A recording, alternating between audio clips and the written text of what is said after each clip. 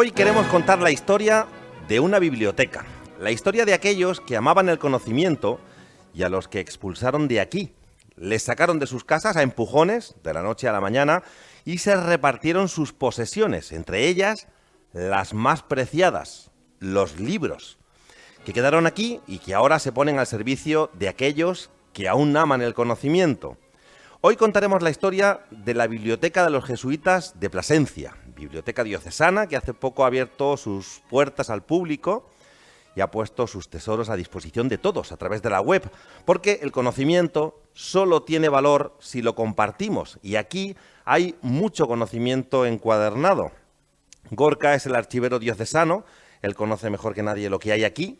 Gorka, buenos días. ¿Cuál es el principal valor de esta biblioteca? Buenos días, Antonio. Pues el principal valor podríamos decir que es que se ha conservado tal y como se creó. Es una burbuja. Estamos en una burbuja en el tiempo. Esta biblioteca se creó en la Ilustración, por eso su denominación oficial es Biblioteca Episcopal de Plasencia, pero popularmente está conocida como la de los jesuitas. ¿Y por qué es de los jesuitas? Pues porque conserva la biblioteca de los jesuitas.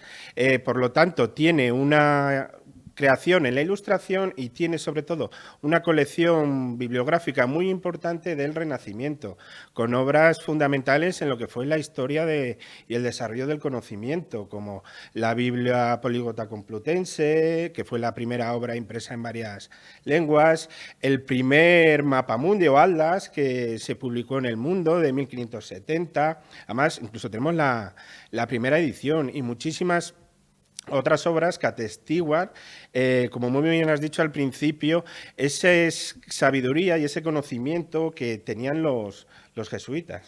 Además ahora lo conocemos porque lo acabáis de abrir las visitas al público, ahora ya cierra durante el verano, volvéis en septiembre y además ya está todo catalogado y se puede pedir para estudiarlo a través de la web, ¿no? Sí, sí, correcto. Hemos publicado el catálogo que está accesible simplemente poniendo Biblioteca Episcopal de Plasencia. Es un OPAC como cualquier biblioteca pública y se pueden consultar sus obras. Y fue en el 25 de abril, o sea, hace muy poquito tiempo. Y aparte, pues como bien dices, hemos abierto también, hacemos visitas guiadas todas las semanas, que ha sido un éxito tremendo y tenemos una lista de espera considerable.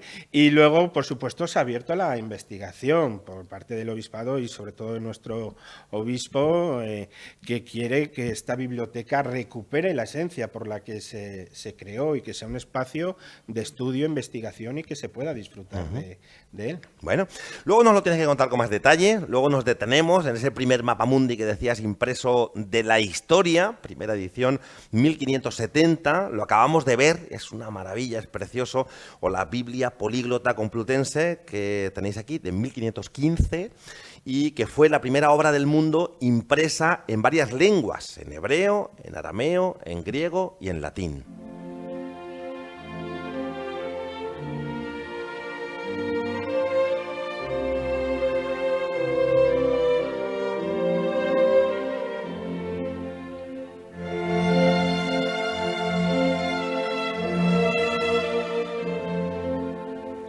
Pero la historia de esta biblioteca comienza con la llegada de los jesuitas a Plasencia en el siglo XVI, más o menos, cuando Francisco Guerrero de Burgos componía música polifónica como esta.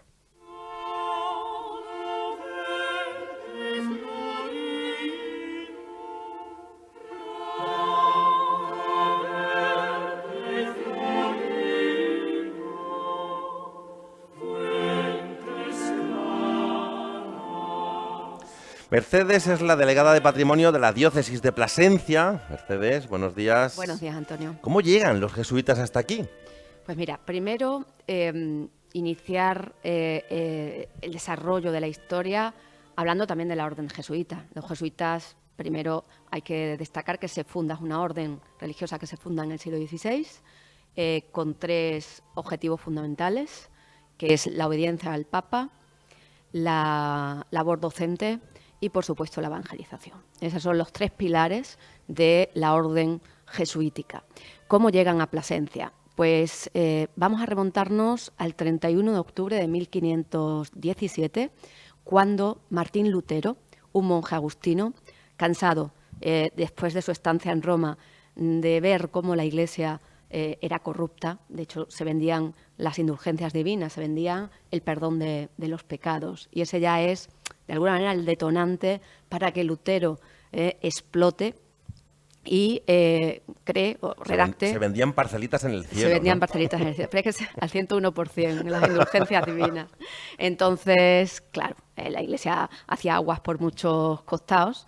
Y ahí entra Martín Lutero. Redacta 95 tesis, las pincha en una iglesia alemana, en la puerta de una iglesia alemana, y ese es el inicio directo de la Reforma Protestante. Una Reforma Protestante que se va a difundir por toda Europa rapidísimamente, ayudada sin duda alguna por los príncipes alemanes contrarios al emperador católico, a nuestro Carlos V. Hay un enfrentamiento político tremendo que va a ser la base principal para que la reforma, para que el luteranismo se difunda por toda Europa. Ajá. Y ahora viene el papel de la Iglesia. La Iglesia va a desarrollar lo que yo siempre denomino como la mayor campaña de marketing de la historia, y lo consigue. La Iglesia, ante el golpe absoluto, es como un balonazo en el estómago que le pega Martín Lutero, pues la Iglesia se rearma y decide, bueno, nosotros llevamos aquí bastantes siglos y vamos a responder, sin duda alguna, al mayor ataque que ha habido a lo largo de la historia contra la Iglesia católica. Mayor ataque, que además venía por eso, porque la situación de la Iglesia pedía una refundación. Una reforma completamente. Así que se va a desarrollar a partir de ese momento la contrarreforma católica. Bien, ¿qué hace la Iglesia?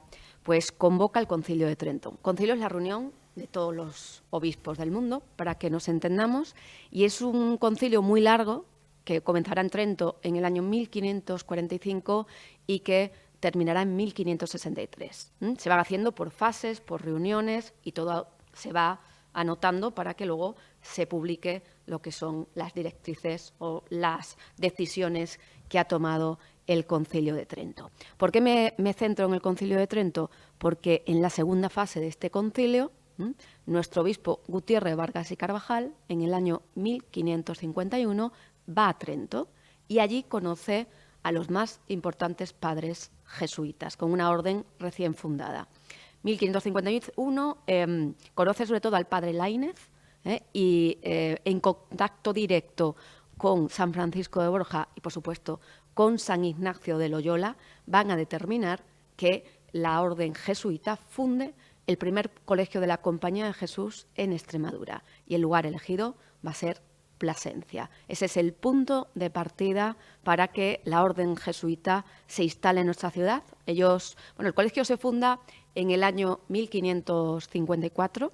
El obispo además cede en la calle del Rey unas casas propiedad suya para que los padres jesuitas vengan y estén allí instalados antes de la construcción del colegio y de la iglesia de Santa Ana, y a partir de ese momento comenzará todo el desarrollo de la obra, desde 1554 aproximadamente hasta 1586-87, dejando en Plasencia pues un edificio maravilloso, que es el Colegio de la Compañía de Jesús, que tiene 3 espacios identificados, lo que es la iglesia de Santa Ana, la portería del convento y el colegio, en torno al claustro donde se desarrollaban las aulas, y un edificio que hoy sigue siendo o sigue manteniendo la labor docente original, porque es el gran edificio de la Universidad Nacional a Distancia en Plasencia. Es un edificio que venía destinado al conocimiento, ¿no? Al conocimiento, a la labor docente. Claro, a recoger conocimiento y a multiplicarlo. Y a multiplicarlo. Y ahí es donde se empieza a formar la biblioteca. Ya tenemos a los jesuitas en Plasencia, tenemos el edificio y ahora vamos a empezar a recoger libros. Claro, yo vuelvo a partir de la base del gran mecenas del arte, del persona brillante intelectualmente,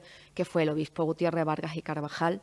Y él es el patrono, es el que, los jesuitas necesitaban, para que nos entendamos, alguien con dinero, un bienhechor, para poder arrancar las obras. De hecho, la obra del colegio, se resiente cuando muere en 1559 Vargas y Carvajal. Ya no tendrán la misma fluidez económica para el desarrollo del colegio. De hecho, no se cumplen completamente las trazas de los arquitectos iniciadores.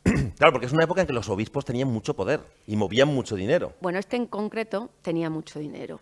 Era un obispo adinerado, y eso se vio sobre todo en las grandes fundaciones de iglesias que hizo a lo largo de toda la diócesis en Extremadura. Las grandes iglesias del siglo XVI en la diócesis de Plasencia, todas fueron financiadas por el obispo Gutiérrez Vargas y Carvajal. Y la biblioteca inicia también, esta biblioteca que ahora tenemos aquí, se inicia también porque el obispo da una parte determinada de dinero para que se comience a congregar fondos para que el Colegio de la Compañía tenga pues una biblioteca adecuada al saber que allí se desarrollaba o se enseñaba. Claro, y entonces los jesuitas empiezan a tener una presencia muy grande y empiezan a ser muy influyentes. Exactamente. Van a tener presencia en Extremadura ya, porque no la teníamos hasta la llegada del Colegio Jesuita, y tenéis que entender que finalmente entre el siglo XVI y el siglo XVIII se construyen 7 colegios jesuitas en nuestra región, 2 en la provincia de Cáceres. Plasencia es el primero, Cáceres, el Colegio de la Compañía, es la Iglesia de la Preciosa Sangre, la Plaza de San Jorge, ¿no? Sí. En este caso, el de Cáceres era el último, es de finales del siglo XVII, y luego hay 5 en la provincia de Badajoz. Alguno que me acuerde, por ejemplo, es Badajoz Capital, Fuente del Maestre, Higuera la Real, y no recuerdo los otros 2, pero serán 7 los colegios que se construyen en Extremadura. También hay un intento de levantar uno en Trujillo, otro en Brozas, y recuerdo también en Los Santos de Maimona. Pero esos no llegaron a buen puerto, yo creo que porque no tenían la financiación suficiente como para levantar, no solo levantar, sino mantener un edificio de estas características.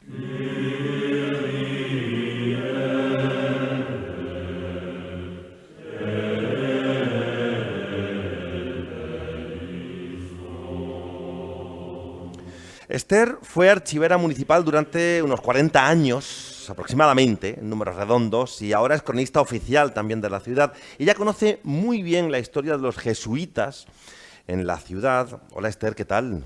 Hola, buenos días, Antonio. Hemos situado a los jesuitas una orden muy intelectual que amaba el conocimiento, que empieza a formar a mucha gente, que luego va a tener también poder. Tenían mucha presencia y, claro, hay que llegar al punto en el que les expulsan, que ese punto es muy importante para saber cómo se ha formado esta biblioteca en la que estamos. Sí, bueno, los jesuitas, como tú has dicho, tenían mucho poder y eso generaba muchas envidias entre las demás congregaciones y entre la gente, porque ellos se movían mucho en la corte. Eran los confesores principalmente de los Borbones, entonces, claro, eso les daba un acceso al poder inmediato, con lo cual eso generaba que las banderías o las luchas por el poder dentro de la corte, pues generaba muchas envidias y muchas rencillas para ver cómo les desbancaban a ellos. Y la disculpa fue cuando hubo el motín de Esquilache en la primavera de 1766, pues dijeron que eran ellos los que lo habían promovido. Esos motines eran motines por la subsistencia, habían subido muchísimo y entonces aprovecharon la excusa de que Esquilache, que era ministro de Carlos III, que les había impuesto que no fueran embozados, que las capas fueran más cortas, lo del sombrero, que no fuera el sombrero ese tan grande, sino que fuera de 3 picos y todo eso, agitaron al pueblo. En realidad el pueblo ya estaba, digamos, soliviantado porque habían subido los precios de los primeros artículos como el pan, la carne y todo eso había subido muchísimo. Entonces, claro, con pasquines y con cosas de eso se activó unos motines en 1666, en esa primavera. Primero fue en Madrid, luego se repercutió por el resto de España. ¿Qué pasó? Que rápidamente los ministros, que eran, digamos, Aranda, que eran contra de los jesuitas y tal, hicieron una pesquisa secreta. Formaron un consejo, dentro del Consejo, digamos, de Castilla o el Consejo de Estado, formaron un consejo extraordinario que es el que va a hacer la pesquisa esa secreta. Se reunían no se reunían en el Consejo para que no se supiera eso, y entonces para ver quiénes eran los inductores de eso. Y forzaron luego ya al rey a decir, bueno, le forzaron a la expulsión, a hacer la pragmática sanción para la expulsión en 1767. De tal forma fue que incluso pusieron en la pragmática, para que nadie se enterara, nadie tuviera un chivatazo, digamos, un aviso, lo pusieron que con pena de muerte, que hasta la noche del 2 de abril, en principio en Madrid fue el 31 de marzo, pero al resto del país pues fue el 2 de abril. La tarde-noche del 2 de abril no se podía abrir el pliego donde mandaban las instrucciones que había que hacer para expulsar a los jesuitas. Y entonces, cuando abren el pliego, tienen que acompañar de los militares de la Guardia a los colegios de los jesuitas o a los... Y allí ya les leen la pragmática sanción de que son expulsados, que solamente se pueden llevar sus ropas, pues el manteo, el sombrero, sus cuestiones personales, la muda y todo eso, el chocolate, el tabaco, el breviario, los diurnos y los libros diurnos y los libros y otros libritos. Vamos, prácticamente una maletita, vamos. Sí, una maletita. Es que además, como fue de improviso, fue por la noche, de noche ya, pues claro, los pobres llegan allí, imagínate, que te empiezan a decir que te tienes que marchar. Pues además fue, claro, nocturnidad y alevosía. Que se Con dice nocturnidad siempre. y alevosía. Pero fue inmediato, o sea, Fue os tenéis que ir inmediato. y os vais ya. Es que lo mandaron, lo prepararon tan en secreto, Sí. que es que hasta esa noche, y además con pena de muerte, ponía Aranda, que el que abriera antes el pliego, pena de muerte. O sea, que es que fue... Y entonces ya cuando por la tarde del día 2 abren y ya van, y claro, tienen que disponer todas las autoridades de cada sitio, pues aquí sería el corregidor, y si no estaba el corregidor sería el alcalde mayor, con los del regimiento provincial o las guardias que tuvieran, y presentarse al colegio de los jesuitas. Y eso de noche. Y aquí he traído la transcripción del manuscrito de los Ramos Collazos, que son dos personas del pueblo, que eran padre e hijo en el siglo XVIII, y ellos van comentando lo que ocurre. Y al respecto de la expulsión de los jesuitas, dice, había en este colegio al presente 18 religiosos. El procurador, que el procurador era uno de los jesuitas, el que se tiene que quedar para hacer los inventarios y ver todo con los comisionados, dice, el procurador se quedó a dar sus cuentas y después fue llevado al destino de sus hermanos, pues se dice han ido a los estados del Papa. Se lloró mucho su ida y los religiosos, al despedirse del colegio y ciudad, lo lloraron muy amargamente. Dios nuestro Señor les dé conformidad y María Santísima, su Padre San Ignacio y demás santos de ella. Amén.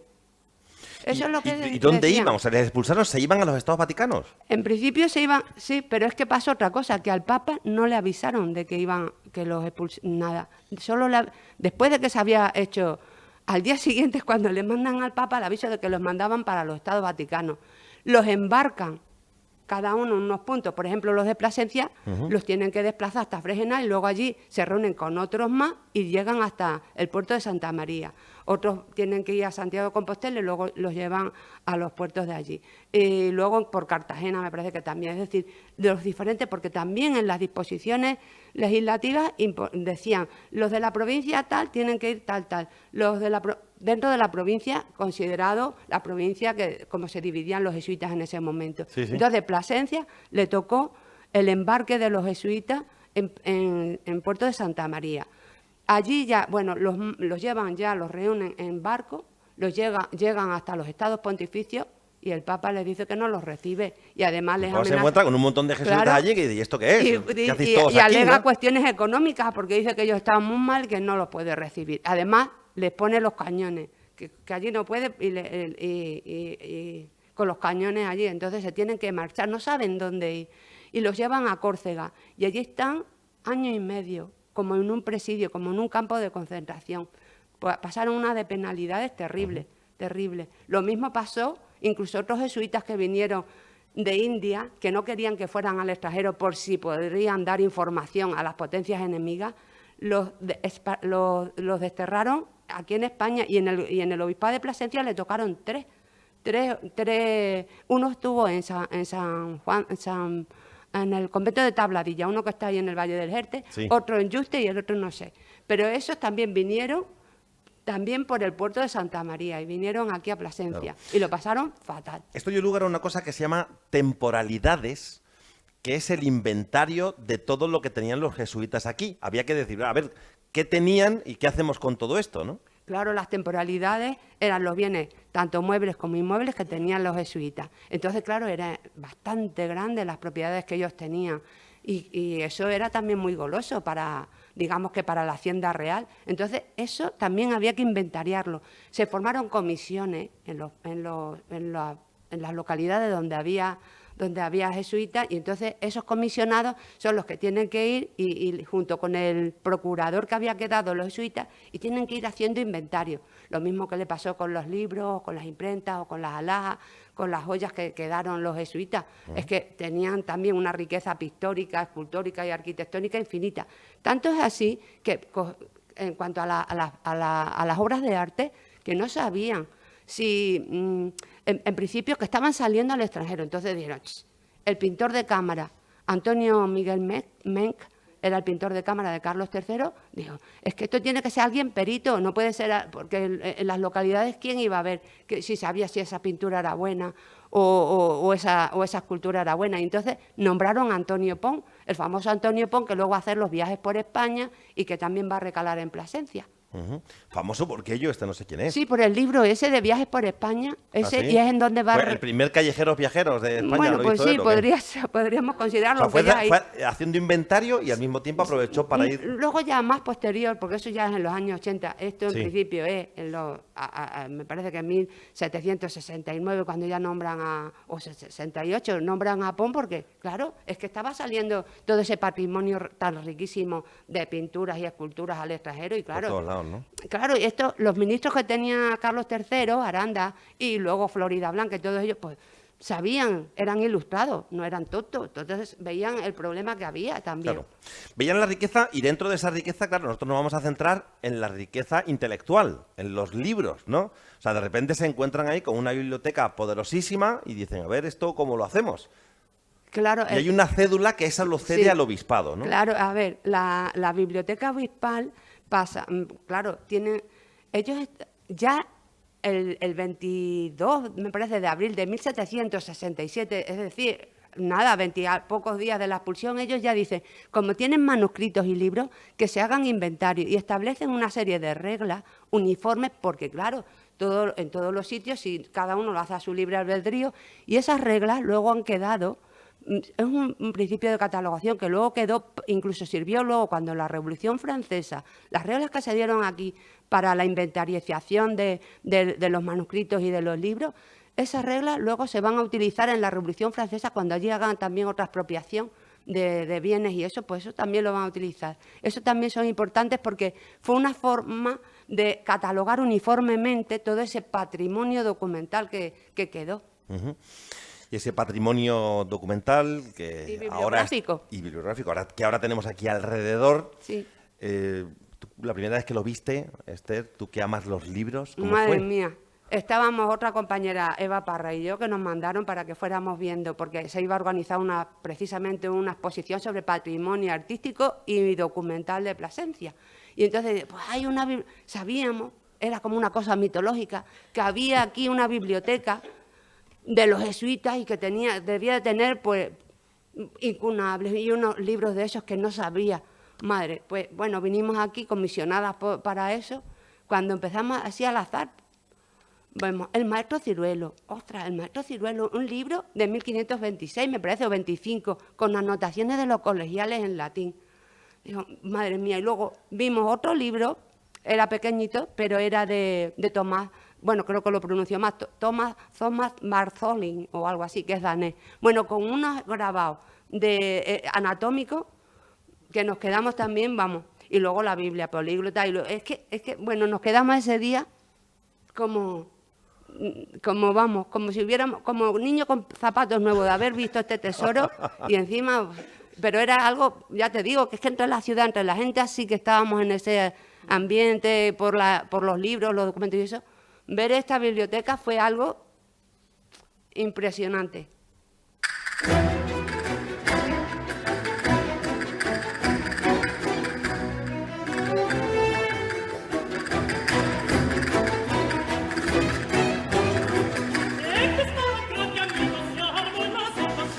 Bueno, pues por esa época en la que los jesuitas eran expulsados de España, José de Nebra componía este fandango para una zarzuela y utilizaba esas castañuelas tan españolas que en esta biblioteca tienen incluso un tratado para su estudio, justo al lado de esos libros de los que nos hablaba Esther.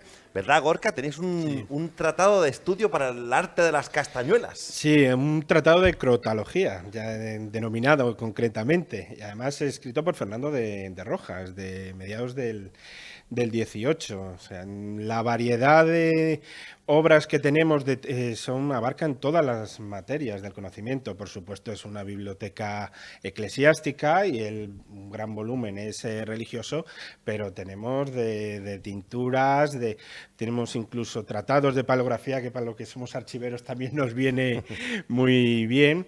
Y bueno, la riqueza bibliográfica no solo de los jesuitas, sino también de cuando se crea en plena Ilustración es considerable. Es un fondo bibliográfico muy rico. Potente.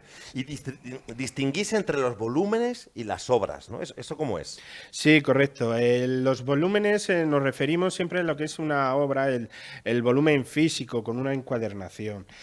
¿Por qué hacemos sobre todo esta distinción? Y las obras son referidas a lo que es una autoridad, una relación intelectual, lo que es un volumen intelectual, que no tiene por qué estar solamente en una encuadernación. Hay veces que una obra intelectual son diferentes volúmenes, pero aquí lo que pasa es el caso contrario, que son muchas obras se agrupaban en un único volumen y formaban un volumen facticio. Precisamente esto se realizaba porque en aquella época las encuadernaciones, la gran mayoría, como podemos observar, son encuadernaciones en pergamino flexible. El pergamino es un material caro y se tiene que intentar aprovechar al máximo. Entonces se cogían varias obras del mismo formato o tamaño y se encuadernaban conjuntamente, aunque no tuvieran nada que ver una con la otra y fueran de diferentes autores. Por eso hay una disparidad. Aquí tenemos 4.923 volúmenes, pero hay 6.366 obras. Tenemos auténticos dosieres de materias. Incluso hay unos en concreto de los jesuitas que recogen obras y también normativas sobre los jesuitas, pero de todo, sobre jurisdicción, sobre economía, sobre tributación. O sea, un poco fueron los precursores de los dosieres que conocemos hoy en las bibliotecas actuales. Sí. Pero sobre todo también es muy importante la historia propia de esta biblioteca, no solamente de los jesuitas, sino de la biblioteca episcopal, por así... Claro, o sea, cómo se ha formado en esa etapa, desde que les echaron a ellos hasta aquí, ¿no? Exacto. Una vez que expulsan a los jesuitas, como muy bien nos han contado Esther, en el año 1771 Carlos III emite una real cédula en que obliga a todos los prelados, a todos los obispos, que creen bibliotecas en sus palacios episcopales, ya sea adecuando espacios o creando espacios nuevos.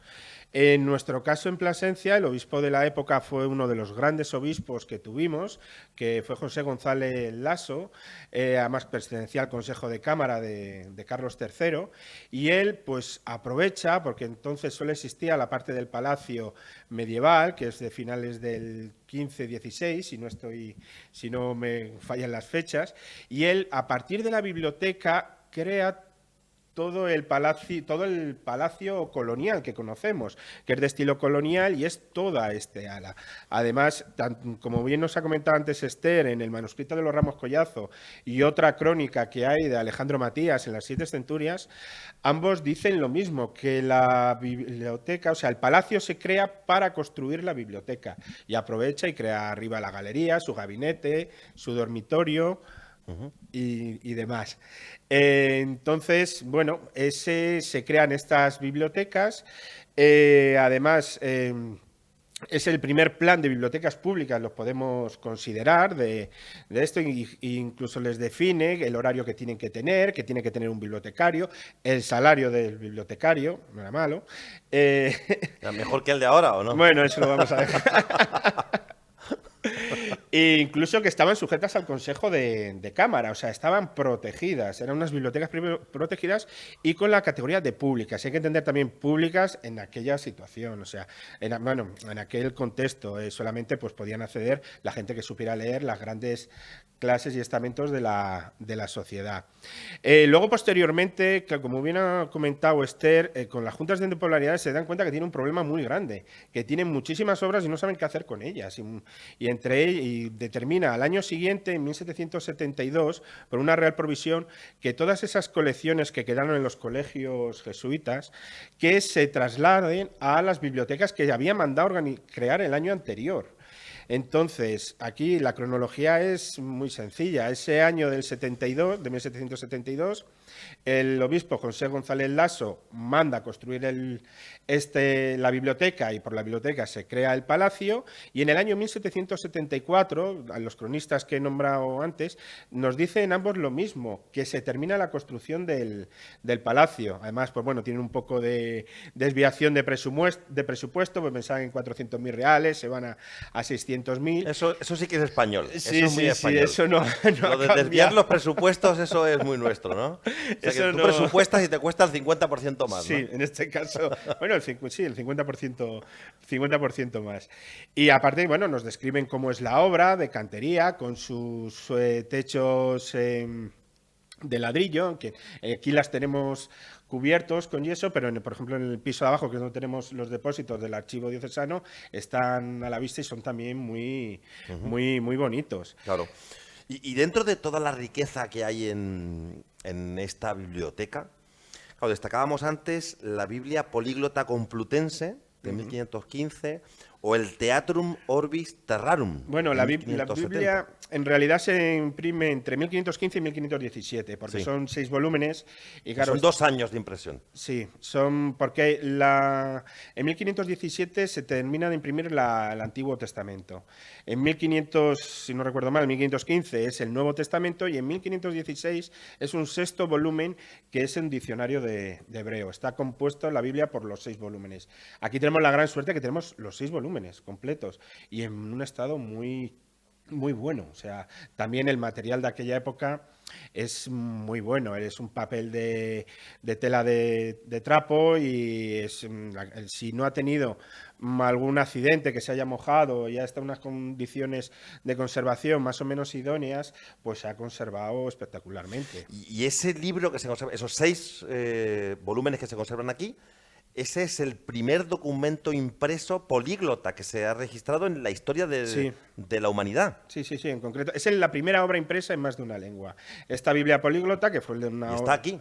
Aquí tenemos un ejemplar. Un ejemplar. Aquí pues está impresa en hebreo, en arameo, en griego y en latín. Fue la obra cumbre del cardenal Cisnero, además impresa aquí en España, en Alcalá de Henares. Y es una obra, hombre, caso de decirlo de obra cumbre, pero es verdad. O sea, es no solamente por ser la primera, fue un referente y fue una revolución en aquella época. No tenemos que olvidar que es en el Renacimiento, que es un siglo de constantes descubrimientos, no solo geográficos como fue el Nuevo Mundo, sino también a nivel de ciencia, políticos y demás. Y el mapa mundi, ese mapa mundi que tenéis aquí, también es el primero impreso. Sí, tenemos la gran suerte que tenemos la primera edición, de 1570, impreso en Amberes. Del Theatrum Orbis Terrarum. Exacto, de Abraham Nortelius. Es una obra magnífica, que una belleza. Los grabados son unos grabados calcográficos, que son grabados con planchas de metal. Y bueno, pues tiene una imagen de lo que es toda la Tierra conocida hasta en ese momento. Ya estamos hablando del año 1570. Por ejemplo, podemos ver la parte de la Antártida y de la Antártida que se creía que había tierra, aunque luego se descubrió posteriormente que no, y la hacen muy grande porque son elucubraciones. Pero todo lo que es el resto, que ya está conocido como América, Asia, África y demás, pues la verdad que tiene un realismo muy actual y muy detallado. Es una auténtica maravilla. Oye, ¿y los pergaminos? Sí, esa fue otra cuestión, vamos, un gran descubrimiento. Estoy diciendo mucho lo de descubrimiento. Obra cumbre, descubrimiento, ¿no? Sí, no, fue... Bueno, si no fuera así, no estaríamos aquí contándolo, ¿no? Sí. La verdad que fue uno de los días más maravillosos que tuvimos aquí trabajando en la biblioteca, tanto yo como mi compañera Marian, que estuvimos aquí desde el principio, pues, limpiando la biblioteca y catalogando, pero nos hemos contado un poco la historia de la biblioteca, cómo se fue creando. Y fue, pues bueno, detrás de un anaquel. Los anaqueles están pegados a las estanterías, y detrás de un anaquel, pues a la hora de sacar los libros para ir limpiándolos, ir catalogándolos, vimos que había algo detrás. había algo detrás, además en un tamaño muy grande y según tuvimos que vaciar todas esas estanterías y ya la pudimos sacar y nos encontramos con 2 cartones de unos tamaños muy considerables y envueltos en periódicos del año 1931. Cuando empezamos a desenvolver esos periódicos, por supuesto en muy mal estado, la verdad que estaba, y bueno, al estar conservados en ese sitio, el estado era bastante deplorable, pues según fuimos abriendo, vimos que el primero quitamos un cartón que había al principio y había unos papeles rosa de separación, que había antes, que tú los habrás conocido en los archivos, que nosotros los archiveros nos gusta mucho porque son horribles. Y según levantamos el primero, nos encontramos con un pergamino. Ese primer pergamino era una carta partida en ABC. Es una de las tipologías medievales muy llamativas. Ese documento era de 1285. Pero es que detrás nos encontramos un privilegio rodado, con su sello colgante de plomo, en hilo de seda, que ahora mismo es el único que hay en Plasencia, es el único privilegio rodado que se conserva de Plasencia. Y así bulas, concordias, privilegios, así hasta 11 pergaminos que nos encontramos. Pena es que hay el sitio donde estaban guardados no era el más idóneo ni mucho menos, y sobre todo los que están en la parte posterior pues chupaban la humedad de la pared y están en un estado bastante deplorable. Ya estamos con el Instituto de Patrimonio Cultural, les hemos enviado toda la documentación requerida porque queremos acometer la restauración de todos esos documentos, de los mismos. ¿No? Y bueno, también hay la Biblia de Batablo, el Nuevo Testamento de Erasmo de Rotterdam, hay libros de Miguel Servet. Miguel Servet, que es un nombre que nos suena mucho a todos, ¿no? Sí. Miguel Servet fue el primer estudioso, el primer científico que entendió cómo funcionaba la respiración, que el oxígeno lo llevaba a la sangre, a los pulmones, y Miguel Servet fue ajusticiado porque él negaba la Trinidad y defendía que el bautismo se tenía que realizar a una edad adulta. Le ajusticiaron por eso. Y aquí tenéis libros suyos. Sí, en concreto tenemos 2 obras en las que participó, incluso una con apostillas marginales. Las apostillas marginales son pues unas pequeñas anotaciones que se ponían al lado de la obra, al lado del texto, y en concreto tenemos un tratado de cartografía de Ptolomeo de 1542, si no recuerdo mal. Estoy mirando la chuleta ahora, pero no lo veo. De mediados del siglo XV. Sí, de mediados del siglo XV. En que son grabados xilográficos, estos son con planchas de madera, no llegan a la calidad, por ejemplo, del de Theatrum Orbis Terrarum, que son calcográficos, pero claro, es una obra, además él la firma como Miguel de Vilanova, o sea, entonces utilizaba un seudónimo por precisamente esa persecución que tenía. Y la otra obra en la que él participó es la segunda edición de la Biblia de Nicolás de Lira, también denominada la Fantasma de Servet, porque él no aparece realmente en los prolegómenos ni en ningún otro sitio de la obra. Sí, en la primera edición sí aparece, pero se ha demostrado por estudios e investigaciones que el taller de impresión, el que fue el que la editó, Nicolás de Lira, él seguía participando y seguía colaborando con él, y también participó en la misma.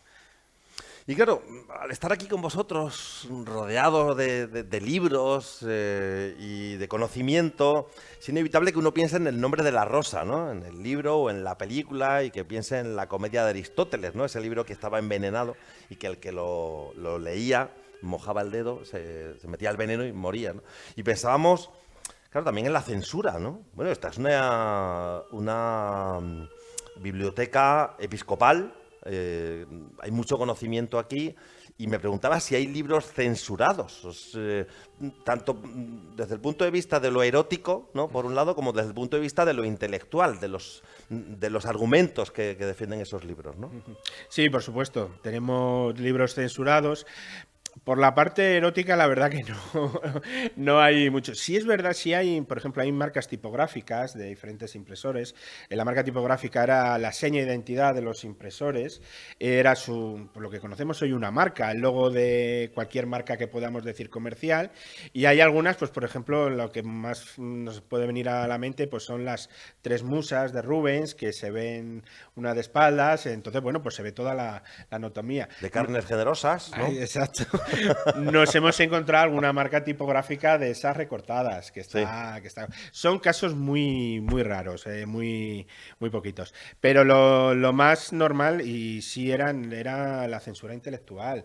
Tenemos además los índices de libros prohibidos, que varias ejemplares que publicaron, y tenemos todos los tipos de censura que se podían realizar, desde simplemente un rayajo encima para que no, como que no se podría leer, pero lo puedes leer porque no te tapa el texto, hasta tacho completo del texto, solo de las líneas, hasta un cuadro entero en tinta pintado, y también tapado con papeles pegados. No sé qué pegamento utilizaban en aquella época, pero la receta es espectacular, porque eso hoy en día es imposible de quitarlo. Sí, O sí. sea, pegaban unos papeles encima de las páginas. Sí, sí, sí. Incluso otros papeles que reutilizaban.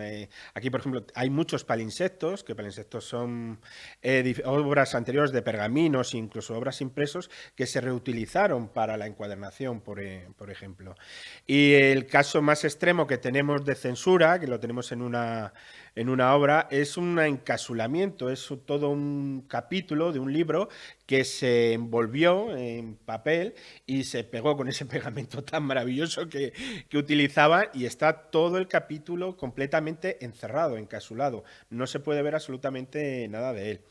Pero ¿se sabe lo que hay por otros ejemplares Sí, de libros? sí. Nosotros por eso lo vamos a respetar. Eso no se va a abrir, porque hay varios ejemplares, y en otras bibliotecas ese ejemplar no está censurado, por lo tanto se sabe lo que hay. ¿Y qué había lo que ahí hay. en eso? Es un libro, además un tratado de un jesuita francés, Sí. es un tratado sobre teología, y es como el libro de las malas acciones. No sé si es que era demasiado evidente las malas acciones, que o daba demasiadas ideas, pero es que esa parte está completamente encerrada. Y luego, aquí sobre todo hay muchísimas de las obras que están censuradas, porque tenemos una colección muy importante de Erasmo de Rotterdam. Tenemos 36 obras en las cuales participó Erasmo de Rotterdam, además de los grandes centros de impresión. La calidad de las obras que están aquí, de la impresión que tienen, es de las mejores de la época. Los centros de imprenta de Venecia, de Lyon, de Basilea, era de Amberes, sobre todo en grabados calcográficos. El Evangelio Ilustrado es una auténtica maravilla. Tenemos otra obra con un grabado de Rubens. Como muy bien decía Mercedes al principio, los fondos que les dotó el obispo Gutiérrez Vargas de Carvajal fueron muy abundantes, y tenían la mejor, por así decirlo, lo mejorcito de aquella época, y las grandes obras de aquel momento del Renacimiento. Ujú. Claro, y ahora todo esto se abre, se ha abierto. Decías que hay lista de espera, ¿no? Sí. Está todo Sí, sí. completo. O sea, ha sido un exitazo esto, ¿no? Sí, sí. Sabíamos que iba a ser un éxito, lo hemos sabido siempre. De alguna manera, siempre se ha protegido esta biblioteca. Ahora Gorka dice que encontró detrás, en unos cartones, con unos papeles de 1931, papel de periódico, Segunda República, momento en el que dos momentos claves en la historia de esta biblioteca desde que llegó al Palacio Episcopal. Una es la invasión francesa en 1808, las tropas napoleónicas invaden España y en Plasencia llegan en 11 ocasiones. Ocuparán multitud de edificios, uno de ellos el Palacio Episcopal. Por lo tanto, el obispo del momento tapia la biblioteca para que en ningún momento los franceses llegaran a la joya de la corona, que podemos denominarla así. Luego ya se volverá a abrir una vez que marchan los franceses, y luego la siguiente protección llegará precisamente en 1931. Con la llegada de la Segunda República, la biblioteca se blinda, y se blindan sus accesos, y no será ya hasta los años 70, finales de los 70, con otro obispo extraordinario que tuvimos, don Antonio Vilaplana, que era también una persona muy relacionada con el arte, con la arquitectura, hizo mucha restauración en la diócesis y fue el que descubrió el acceso a este lugar y a él le debemos pues disfrutar de nuevo Ahora de todo de la esto, biblioteca. ¿no? Bueno, están las visitas que se recuperarán a partir de septiembre y luego está el acceso a los estudiosos, Gorka. Sí. O sea, uno puede venir aquí, solicitar que le dejéis uno de estos volúmenes, llega a un sitio más abajo que tenéis aquí en el Palacio, os lo pide, tú le llevas el libro y lo puede consultar. Sí, además, como tenemos publicado el catálogo, pueden consultar en el catálogo. Yo he tenido consultas de diferentes catedráticos y demás. Claro, no está digitalizado nada, entonces eso es una previsión en un futuro que queríamos digitalizar algunas obras. Claro, para saber qué colección y qué obras tenemos. Por supuesto, aquí en la biblioteca no se va a realizar la consulta. La consulta la haremos, se les pondrá su consulta en el Archivo Histórico Diocesano, que es justo debajo, estamos justo ahora encima, y ahí tenemos puestos los puestos de lectura y demás, y ahí se les facilitará la obra para que puedan investigarla sin ningún problema. Vamos, igual que cualquier otro biblioteca o cualquier otro centro. Ya hemos tenido algún investigador en concreto. Claro, igual que cualquier otra biblioteca, lo que pasa que esta pues, tiene estas joyas, ¿verdad, Esther? Sí. De las cuales estamos hablando. A ti se te ilumina la cara cuando hablamos de los libros que hay aquí, ¿no? Aquella vez que vinimos, madre, es que eso se me quedó. Y claro, por otro lado, como sabía que esto no estaba muy... bueno, no estaba catalogado y todo eso, entonces yo me acuerdo que no lo comentaba casi a nadie porque no quería, digo, no va a ser que nos peguen un susto y roben ahí, porque sabía que había incunables y yo había leído también en la... noticias de que la Biblioteca Nacional habían robado libros que, digo, cocho, pero si es que algunos de esos los he visto ahí en la biblioteca de los jesuitas, digo, mejor que no se enteren todos esos ladrones que populan por ahí, y digo, que vengan aquí y nos peguen un palo. Sí, Gorka. Sí, en concreto, nada, simplemente apuntar de que, bueno, el incunable, en total tenemos 8 incunables, descubrimos en la catalogación. Hay un 9º que puede ser un incunable, lo que pasa es que está bastante deteriorado y hay que hacer un poco de investigación para determinar si es un incunable o no.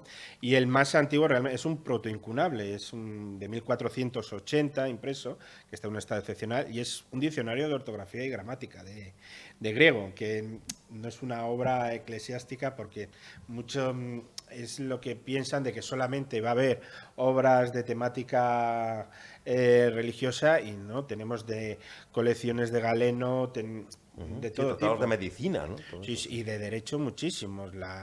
Tenemos las 7 partidas de Arias Montalvo de 1501, de Gregorio López, y bueno, es que ahora mismo se me aturulla un poco, por así decirlo, todas las obras que quisiera decir, de ciencias naturales, el Hortus Sanitatis, o sea, de... Una maravilla.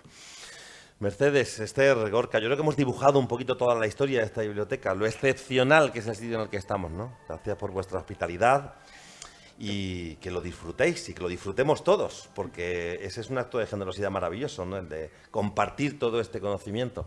Muchísimas gracias. Gracias a Gracias a vosotros. vosotros. Gracias a ti.